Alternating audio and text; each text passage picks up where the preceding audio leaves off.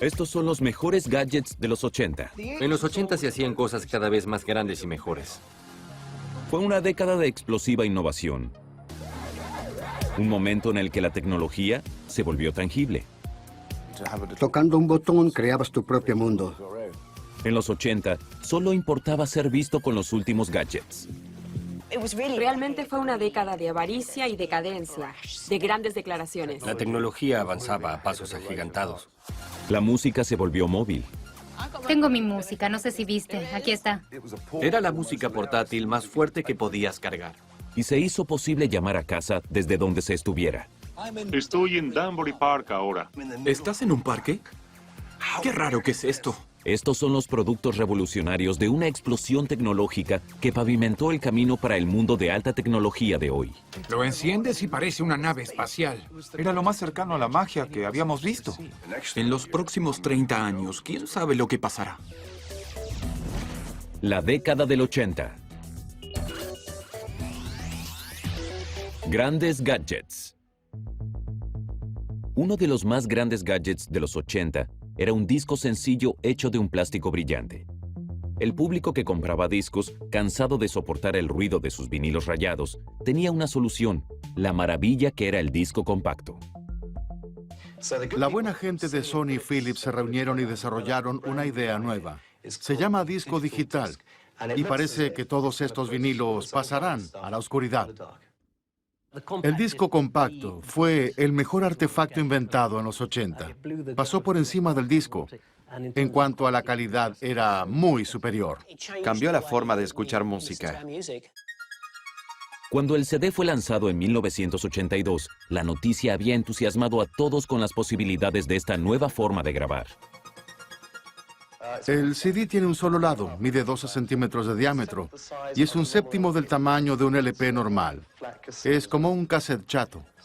El disco compacto era mejor porque fue el primer uso en masa de tecnología digital en el hogar y la gente estaba acostumbrada a escuchar soplidos y crujidos de los discos toda la vida. Por el contacto físico con el disco, los problemas de polvo y daño se conocen bien. De pronto apareció esta cosa donde literalmente se podía oír la calidad de la música. También es un objeto increíblemente bello si te pones a pensar. Es una especie de espejo. Es pequeño, puro.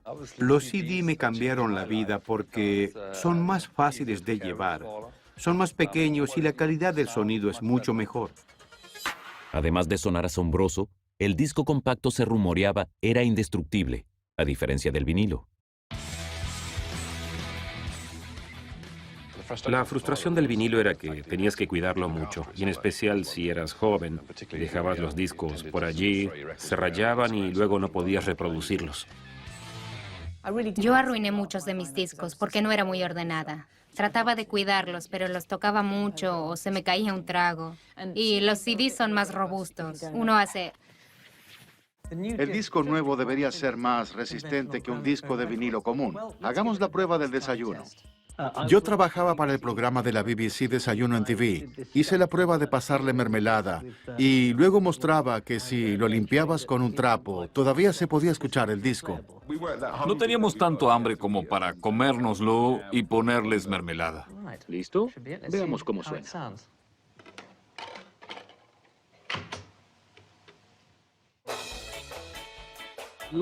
No le recomiendo a la gente que le haga eso a sus queridos CDs, pero en esa ocasión, hace 30 años, se pudo escuchar. De hecho, una vez le pusimos melaza a un CD para ver si funcionaba, pero rompimos el reproductor y no lo hicimos más. Durará para siempre, no como los cassettes. Era una mentira. Sí, duraba para siempre hasta la única vez que no lo guardaste en el estuche. Indestructible o no, ¿cómo funcionaba este nuevo disco de moda? ¿De qué están hechos? Es un plástico plateado. ¿Qué es? El CD era un misterio, una estrella de la muerte. Era una cosa que ni sabía cómo funcionaba. Debajo del plástico hay un código digital. 6.000 millones de hoyos y espacios microscópicos que representan la música. El CD es básicamente dos trozos de plástico con un trozo metálico en el medio. Y el metal tiene hoyos. Cada hoyo representa un 1 y el espacio representa un 0. La información está enterrada en el disco, entonces el láser tiene que encontrar esa información. Los fabricantes querían que los mayores artistas internacionales se sumaran. Creo que Brothers in Arms fue un CD icónico porque Philips nos usó en cierta manera y supongo que nosotros los usamos a ellos para promocionar esta tecnología y el álbum al mismo tiempo. Explotó y claro, todos querían uno. Brothers in Arms fue un éxito enorme para Dire Straits. Se convirtió en el primer álbum que vendió 1 millón de copias en su formato de CD y en superar en ventas a su versión en vinilo. ¿Pero estaba convencida la banda? A nosotros no nos gustó cuando lo escuchamos porque obviamente se hacían grandes comparaciones. Nos sentamos en el estudio con el cassette, el vinilo y el CD y los comparamos. No tenía el valor de un vinilo entonces. Yo extraño el sonido del huevo frito y todo eso antes de escucharlo. El sonido análogo tiene pequeños ruidos de fondo que suma a la textura de la música. Le cambió la calidad al sonido y fue para mejor. Pero al principio no me gustó nada. Realmente no estaba nada feliz. ¿Cómo te atreves a quitarle el soul a mi música? Pero una vez que se aceptó, despegó como un cohete. Aunque la gente seguía comprando vinilos y cassettes, y ahora compraban CDs. Así que de pronto las discográficas vivían una fiesta. Era futurista, lindo, brilloso, atractivo y nuevo. Era conveniente y rápido.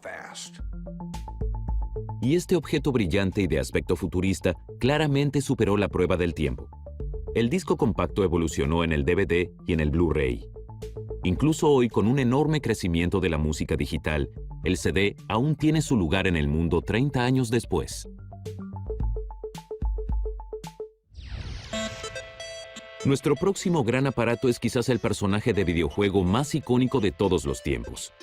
Una bola glotona amarilla que literalmente cambió la imagen de los juegos para siempre. El Pac-Man era un juego maravilloso. Pac-Man es el símbolo de los juegos, ¿no? ¿Quién es Pac-Man? Pac-Man somos todos.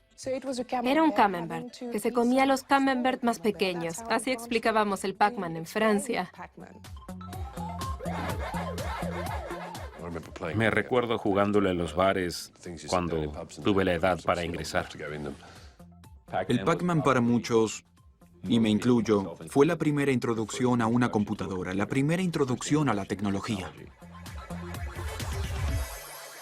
Es casi como un deporte. Se usa la coordinación y desarrollas patrones. Se juega con una pelotita amarilla llamada Pac-Man que tiene boca. Y él tiene que correr por un laberinto comiendo puntos mientras lo persiguen 4 fantasmas enojados. Tenías que evitarlos en lugar de matarlos.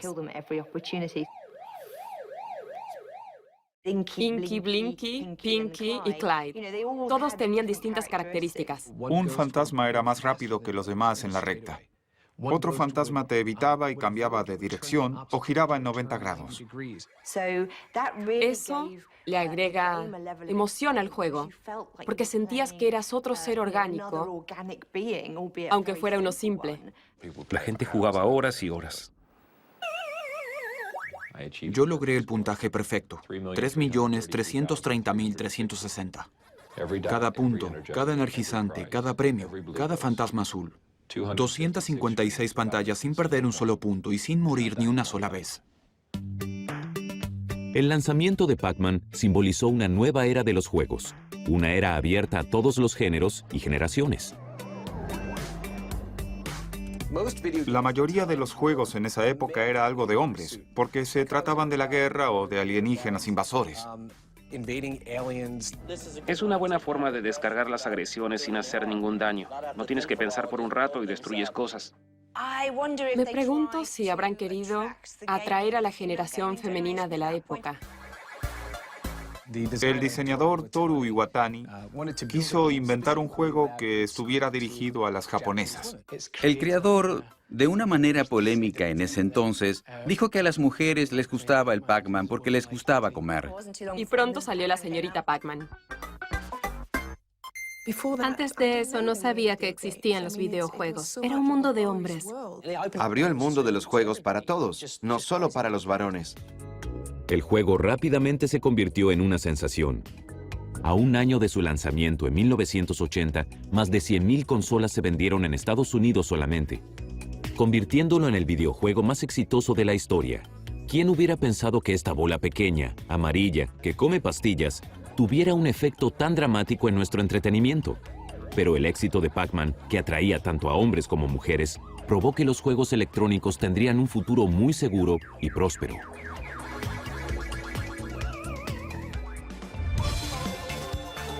A continuación, la máquina que sacudió al mundo. El bajo. El gran sonido del bajo.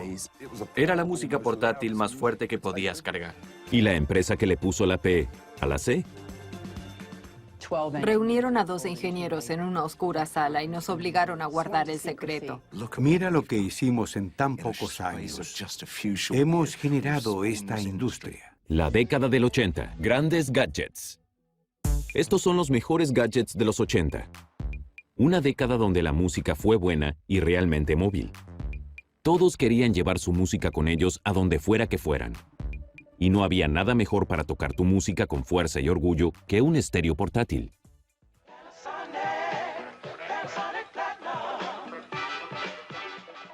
Tengo mi música, no sé si viste. Está aquí y es muy grande. El tamaño siempre importa en todo. La caja de música. Radiocassette del gueto. Maletín urbano. Sistemas de sonido portátil. Más grande el radiocassette, más fuerte el sonido.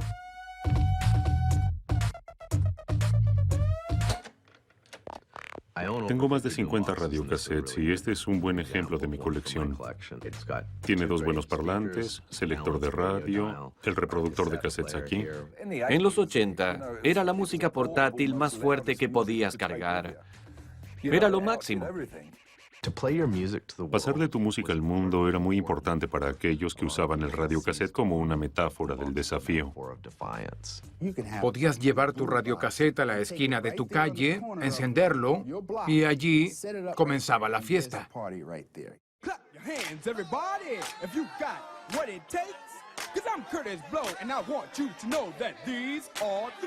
El estéreo portátil fue inicialmente presentado en los 70. El radiocassette fue creado cuando la juventud japonesa empezó a mudarse del campo hacia las grandes ciudades. Y como el ambiente era comprimido en las grandes ciudades como Tokio, los chicos no podían cargar un equipo de sonido tan grande, pero fue en las áreas urbanas estadounidenses, especialmente en Nueva York, donde se hizo más popular. En los 80, el estéreo portátil explotó. Cuanto más grandes y ruidosos se volvían, más eran aceptados por la cultura joven, jugando un rol integral en la era del breakdancing y el hip hop, al proveer un canal para transmitir su música.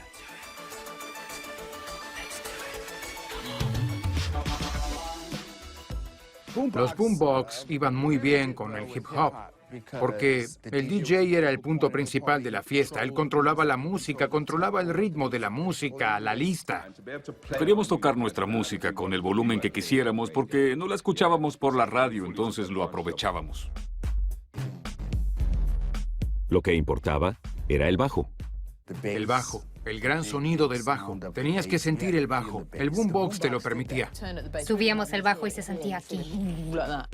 Puedo entenderlo si escuchas hip hop y si hay un bajo fuerte. Pero yo escuchaba Meatloaf. El bajo hace eso, no es otra cosa. Para la nueva generación que surgía del hip hop, el estéreo no solo era un medio para transmitir su música, sino también para crearla.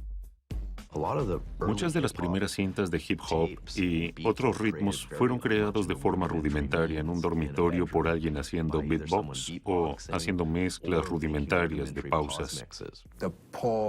El botón de pausa era muy importante para el desarrollo del radiocassette.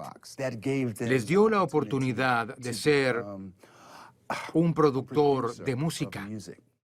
Especialmente cuando salió la doble casetera y se usó como un artefacto unificado porque uno tomaba un ritmo, lo rebobinaba, lo grababa, rebobinaba, grababa y creaba una estructura rítmica rudimentaria.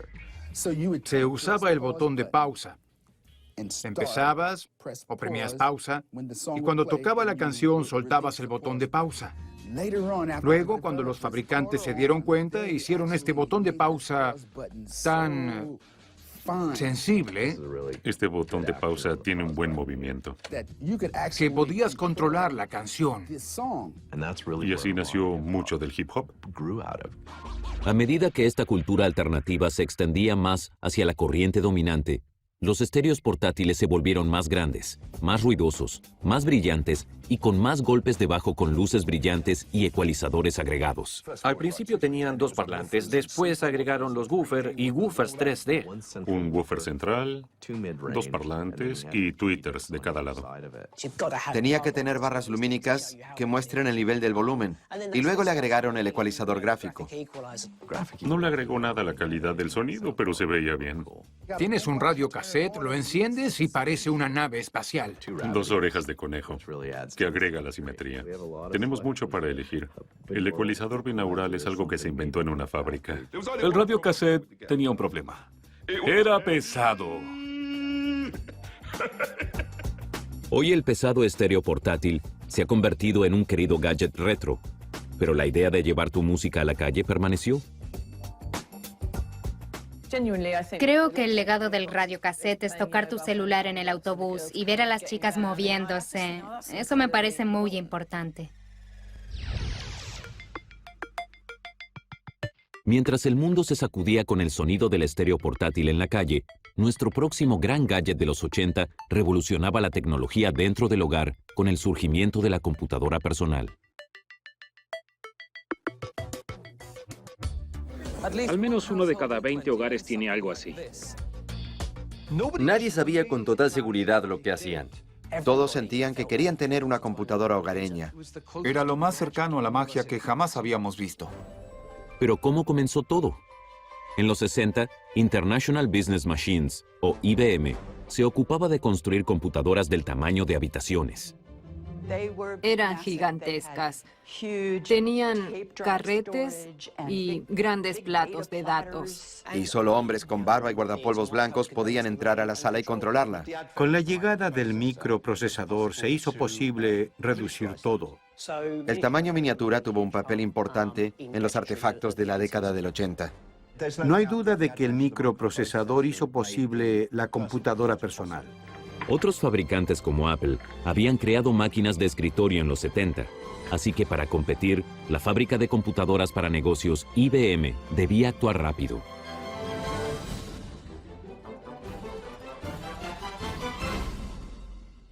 Apareció IBM, que fue la primera compañía en ser respetada. Eran especialistas serios de computadoras centrales para empresas. Y en 1980 vieron una oportunidad en el mercado para las computadoras personales y dijeron, ¿cómo podemos sacarle provecho a esto? IBM se fijó en las computadoras personales y reunió un equipo en Boca Ratón, en Florida. Reunieron a 12 ingenieros en una oscura sala y nos obligaron a guardar el secreto. Y nos dieron el trabajo. Dijeron, lo llamamos el Planner Board, pero la industria lo conoce como Motherboard. Yo fui la madre del Motherboard. Es un apodo que aún tengo. Sí. Mucha gente en IBM pensó que tardarían años en desarrollar algo para competir con el Apple II. Era importante movernos rápido. Sabíamos que Apple no estaba quieto. Microsoft, una pequeña compañía en Seattle, hizo el sistema operativo y sacamos el producto al mercado en un año. Era un momento muy emocionante e innovador para trabajar en computación. Fue distinto a todo lo que IBM había hecho. Sabíamos que éramos una empresa nueva y su éxito dependía de nosotros. El éxito de la primera PC de IBM en el mundo de los negocios fue fenomenal. En 1984-1985, mi jefe y yo fuimos a un show de computación y vimos que había muchos proveedores de software y hardware, y mi jefe me dijo, mira lo que hicimos en tan pocos años. Generamos esta industria. IBM estableció un enfoque de arquitectura abierta que le permitía a otros fabricantes fabricar máquinas compatibles con IBM. La PC estaba en camino a convertirse en el estándar del mercado de la computación. Muchos fabricantes de todo el mundo traían máquinas costeables para el mercado doméstico, que iban desde la MSX en Japón a la Commodore 64 en Estados Unidos y a la Sinclair ZX Spectrum en Gran Bretaña.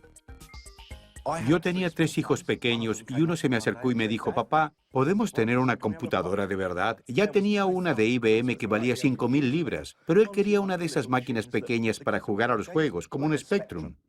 Por eso Sir Clive Sinclair tuvo la mejor idea en la historia de la computación.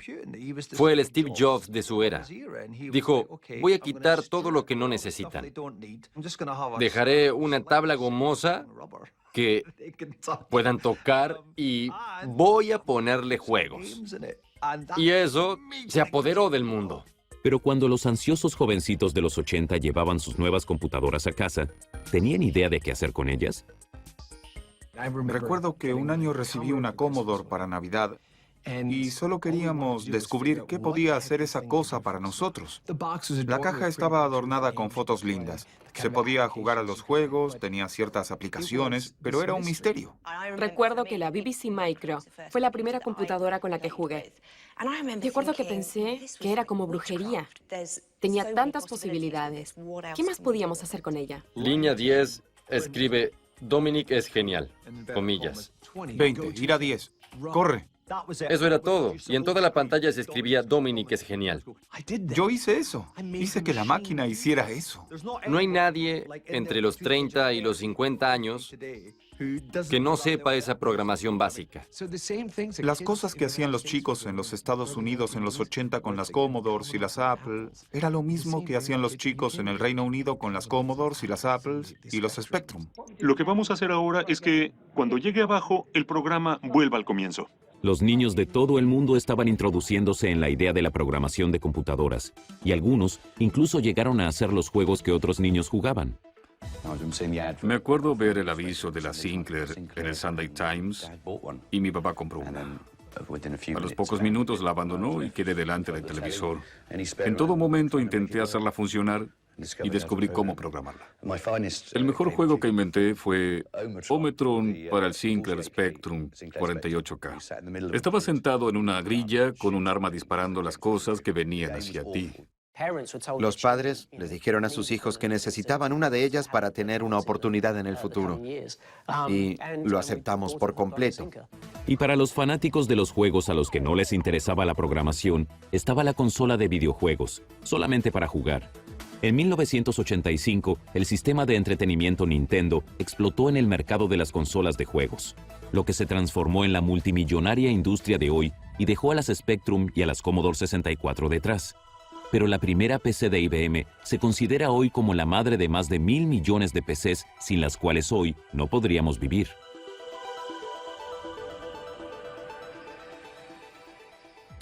A continuación, la música se hace personal.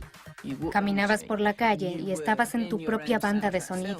Era un gadget que todos tenían. Las calculadoras se hacen más pequeñas. Recuerdo que los botones eran muy pequeños. No creo que hoy pueda usar un reloj calculadora sin mis anteojos. Y la televisión se vuelve grabable. No teníamos que estar a las 7 para ver nuestro programa preferido. Vas al pasado, a lo que se veía antes en televisión. La década del 80. Grandes gadgets. Los mejores gadgets de los 80 revolucionaron nuestras vidas tan dramáticamente que hoy en día es difícil imaginar un mundo sin el estéreo personal. No me imagino caminando por la calle sin tener algún ruido en el oído. Si tengo que elegir un artefacto que represente a los 80, sería el Sony Walkman. Podías controlar la canción. Dios mío. Todos tenían que tener un Walkman. A fines de los 70, la mayoría de la gente solo podía escuchar su selección de música en casa o en cassettes en un auto. Nunca había habido nada igual. La idea de sacar la música fuera del hogar y escucharla en privado en un lugar público fue totalmente nuevo. La portabilidad de los cassettes había impulsado una nueva manera de escuchar música a donde quiera que uno fuera. Podías llevarla contigo y ponerla en el bolsillo y salir a correr, ir al gimnasio o ir al trabajo o estar en tu casa rodante. Patinar. Eso había que hacer con el Walkman. Había que estar siempre patinando. Usabas shorts y medias a la rodilla haciendo trucos patinando con los Walkman puestos. Ojalá pudiera seguir así. Yo también tenía un Walkman. Me lo ponía y escuchaba rock o lo que fuera para despejarme del partido, para relajarme. Era un gadget que todo el mundo tenía. Por primera vez, realmente era posible ponerle una banda sonora a tu vida. Caminabas por la calle y estabas en tu propia banda de sonido. Hacía tu vida más emocionante. Es tan común ahora, la gente ni lo piensa. El Walkman fue la creación de los mágicos técnicos de Sony en Japón, donde el boom de consumidores electrónicos había transformado la reputación de la nación durante los 70. Créelo o no, había una época cuando algo hecho en Japón se consideraba basura. Sony fue la primera compañía japonesa en adquirir prestigio. Era el Apple de su época. La leyenda cuenta que en los 70, el cofundador de Sony, Akio Morita, se frustró por no poder escuchar óperas que mataran el tiempo en sus largos vuelos a Estados Unidos. Akio Morita es considerado el padre del Walkman. Pensé que si se pudiera escuchar un buen estéreo mientras la gente sale a caminar, sería una buena idea. Porque descubrí que los jóvenes no pueden vivir sin música. Para que la música se hiciera más personal y fácilmente móvil, Sony debía hacer que la tecnología fuera más pequeña. Teníamos pasacassettes portátiles antes de eso, pero el Walkman los redujo aún más. Le sacaron el parlante y se redujo a la mitad. Y crearon algo como esto. Todos querían ser vistos con un Walkman, y nadie lo quería más que los yuppies. Los yuppies corredores escuchaban los Walkman con una expresión de locos. Estoy avanzando hacia mi propio futuro maravilloso. No podían disfrutar de la música mientras pensaban así, ¿no? El Walkman presentaba una experiencia musical solista para los usuarios, pero no siempre fue tan privado como uno querría pensar. Cuando una máquina suena muy fuerte, irrita hasta el más tranquilo. Fastidiar a los otros pasajeros está prohibido por ley. Si alguien molesta a otro con un Walkman o una radio, está quebrando la ley. Entonces, nos pareció necesario hacer algo. Pero había peligros más serios asociados con escuchar música a solas. Algunos señalaban que era peligroso estar tan inmerso en tu mundo porque uno podría caerse de la bicicleta o ser atropellado. El Walkman estaba asociado con el peligro, tal como asociaban el peligro con las camperas Parka, que si te la abrías así, no veías los costados del camino. Lo mismo pasó con los Walkman. Estás en tu propio mundo y puedes cruzar mal. Nunca tuve una descarga en la bañera, al menos no con el Walkman. El Walkman cambió el modo en que escuchamos música para siempre. El MP3 es el hijo del Walkman, porque estás solo en tu propio mundo. No sé si fue bueno o malo para la gente, pero el concepto del Walkman nunca cambiará, porque es un estéreo personal. No es un estéreo del hogar, ni del auto. Es un estéreo personal. Nunca va a desaparecer. Nuestro próximo gran gadget de los 80 era una obra maestra tanto de estilo como de función. El reloj calculadora era un artículo obligatorio para los fanáticos de los gadgets. Todas las funciones digitales que puede desear están disponibles en este único reloj. Gracias a la maravilla que fue el microprocesador y el circuito integrado, la tecnología de los 80 se hacía cada vez más pequeña, haciendo posible incluir más cosas en los gadgets. Casio produjo el primer reloj calculadora, el C80 en 1980. Se combinaron muchas tecnologías diferentes en la muñeca. La tecnología era pequeña, pero los botones también. La única forma de lograrlo era si te limabas las uñas para que tuvieran puntas. Como una mini versión de Eduardo Manos de Tijeras. Fue otro gran ejemplo de los 80 donde algo era brillante tecnológicamente, pero muy poco práctico. Hoy es clara la influencia que tuvo el reloj calculadora en nuestros gadgets. En la actualidad, la idea es encoger todo en el menor espacio posible. La unión de tecnologías, muchas cosas, en un pequeño producto, continúa aún hoy. Tan revolucionario que va más allá del tiempo.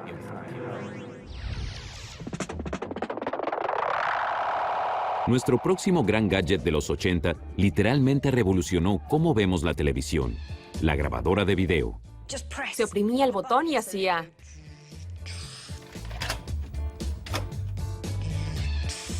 No se trata de ver televisión, sino de viajar en el tiempo. Porque regresas en el tiempo para ver lo que vieron en televisión. Transformó el concepto de la televisión. Por primera vez, era posible poder grabar un canal mientras veías otro. Ya no éramos esclavos de la televisión. No teníamos que estar a las 7 para ver nuestro programa preferido. Si daban una película de James Bond o lo que fuere, podías salir y verla después. Fue muy revolucionario. El primer formato de cassette fue el Betamax, lanzado por Sony en los 70. Pero cuando JVC lanzó su cinta de VHS y máquinas más costeables, comenzó la batalla de cuál formato iba a dominar. Con las nuevas tecnologías, muchas veces había batallas entre los distintos tipos y distintos formatos. Y el Betamax que teníamos nosotros era el mejor. Técnicamente, era superior a los otros. Competían dos sistemas de videograbación. Estaba el VHS, que era el sistema de video hogareño, y el Betamax. Había otros formatos, el Philips B2000, pero lamentablemente no tuvo aceptación. El VHS era maravilloso para grabar tus programas. JVC hizo algunas maniobras que sellarían su destino como victoriosos sobre el Betamax, incluyendo firmar contratos de licencias con grandes compañías de cine y permitiéndoles a otros fabricantes construir y vender máquinas de VHS. El VHS ganó la guerra porque se podían alquilar muchas cosas. Recuerdo yendo a los videoclubes y había muy pocas opciones en el formato Betamax. Hasta que finalmente tuvimos que eliminar el Betamax y comprar una VHS. Para fines de 1984, VHS vendía 8 veces más que Beta. El VCR pasó de ser un grabador a un reproductor y por eso los consumidores querían comprarlo. No solo para grabar, sino para ver películas que al principio podían comprar y luego rentar en una gran cantidad de tiendas de videos a principios de los 80. No tenías que ir más al cine, que fue genial porque no tenías que sentarte junto a personas que no te gustaban, el ruido y todas esas cosas. A finales de los 80, el número de personas con una VCR en sus casas había crecido dramáticamente. La tasa de dueños pasó del 1 al 68% en los 80. Pero muchos dueños nunca comprendieron la función de programación de grabación que tenía la mayoría de las máquinas. No se sabía cómo programarlos. ¿Cómo se pone la hora en un video reproductor? Nadie sabía bien. Tenías que ser un científico para hacerlo. Era difícil de programar. Era la primera vez que había que tocar muchos botones. Y eso provocaba un problema. Nunca se grababa lo que querías ver a la hora indicada. Pero la VCR, sin dudas, le abrió el camino a la grabación hogareña. Puedes tomar todo lo que pasó en un mes y reducirlo a un chip en un disco duro. Es el máximo control. Cuando le digo algo a mis hijos, todavía hoy les digo, vamos a grabarlo en video.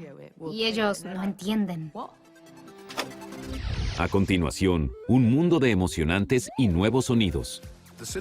Los sonidos del sintetizador eran como inventar un color nuevo que nunca se había visto. Era como una droga positiva que te afectaba la mente. Y el teléfono se hace móvil. Esto era lo máximo en tecnología en ese momento. Tengo un nuevo celular, llámame cuando quieras. La década del 80. Grandes gadgets. Estos son los gadgets más innovadores de los 80.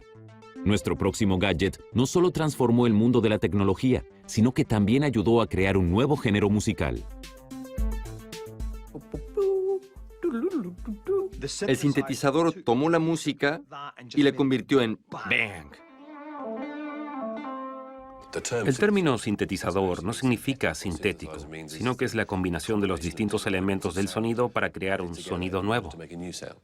Este es un sintetizador clásico, un sonido de ciencia ficción.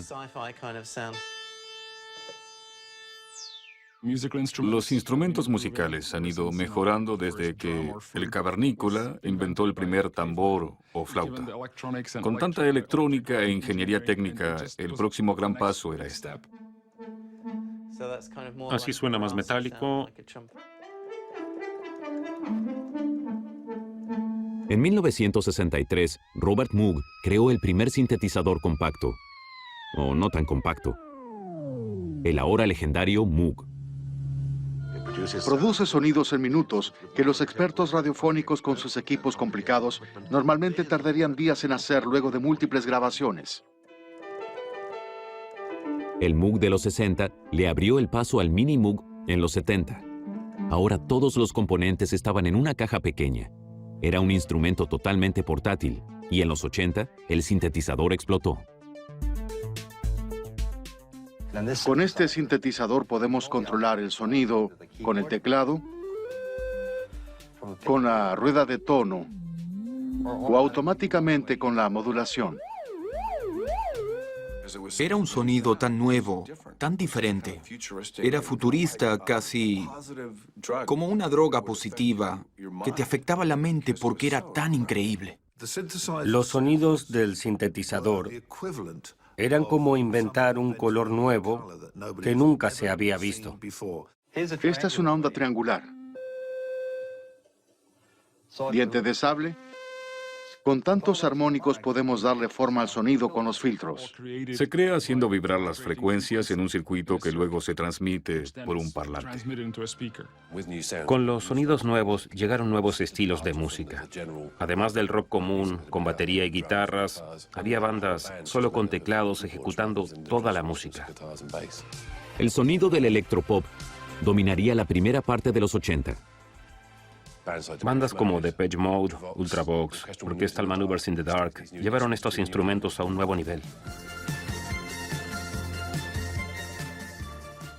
Los sintetizadores dominaron los 80. En las manos equivocadas hacían ruidos horribles, pero en las manos correctas hacían música electrónica increíble.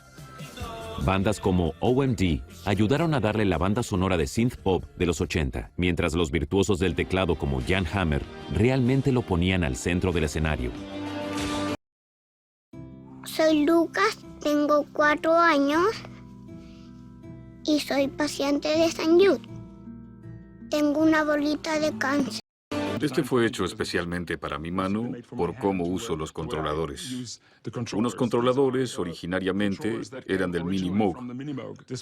Este controla el tono, este el vibrato y este es otro controlador de tono. Todos fueron hechos exactamente para el tamaño de mi mano. Eso no se puede producir en masa. Nada representa más a los 80 que un sintetizador colgado como guitarra. A pesar de la creciente popularidad del synth pop, muchos sintetizadores inicialmente eran demasiado caros para ser un producto popular y tendían a ser algo que tenían los ricos y famosos. Teclados como el Fairlight costaban hasta $100,000. Pero los 80 tuvieron sintetizadores más baratos, así que cualquiera podía ser un tecladista, más allá de la habilidad musical. Se podía tener una pequeña banda pop si tenías a alguien que solo sabía hacer las formas de un acorde. Podían tocar en una banda. No tienes que ser virtuoso para hacer un disco. Los teclados no tardaron en estar disponibles para todos los presupuestos. Era pequeño, compacto, pero lo más importante era que se podía comprar. El hecho de que uno mismo podía hacer ruidos futuristas en casa fue importante.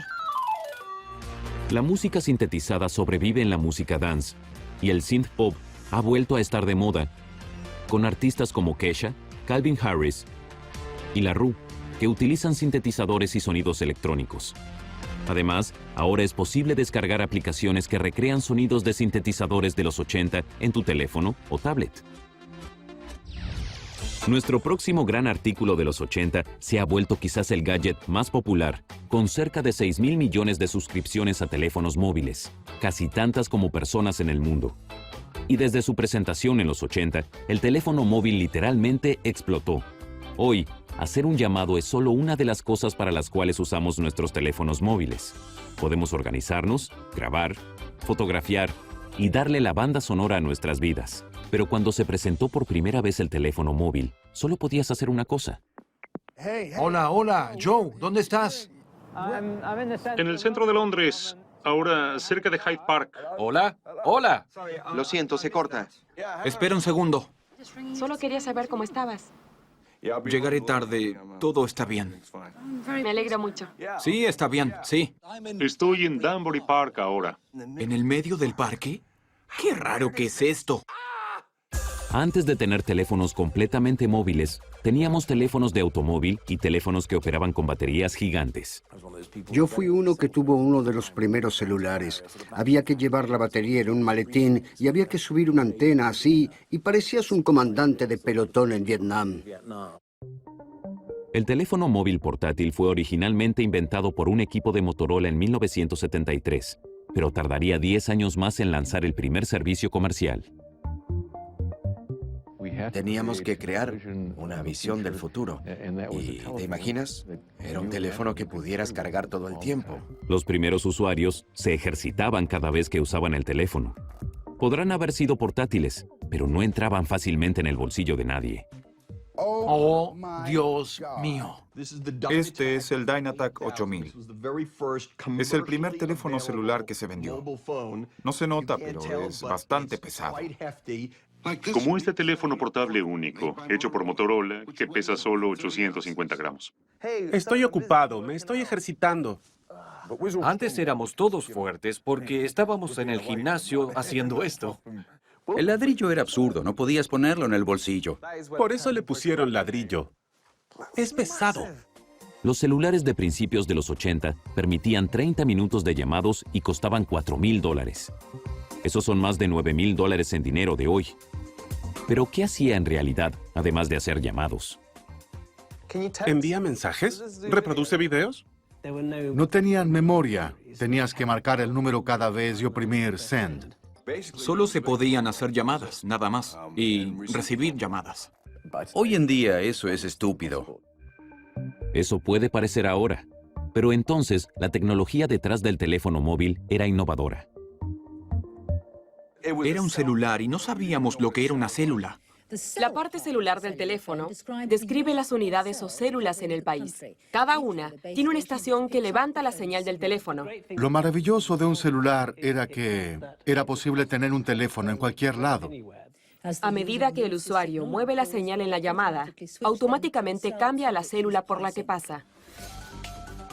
El uso de teléfonos móviles en los 80 señalizaban la llegada de un problema muy común, incluso ahora, una mala recepción. Espera un segundo. Lo siento, se corta. Espera, voy a quedarme quieto. Ahora sí. No te oigo. Sí, te oigo. ¿Hola? No, se cortó. Tengo un nuevo celular, llámame cuando quieras. Claro, en los trenes se cortaba mucho y sigue igual. A principios de los 80, solo unos pocos elegidos podían costear un artículo como este. Los únicos que los tenían eran los presidentes y los niños ricos.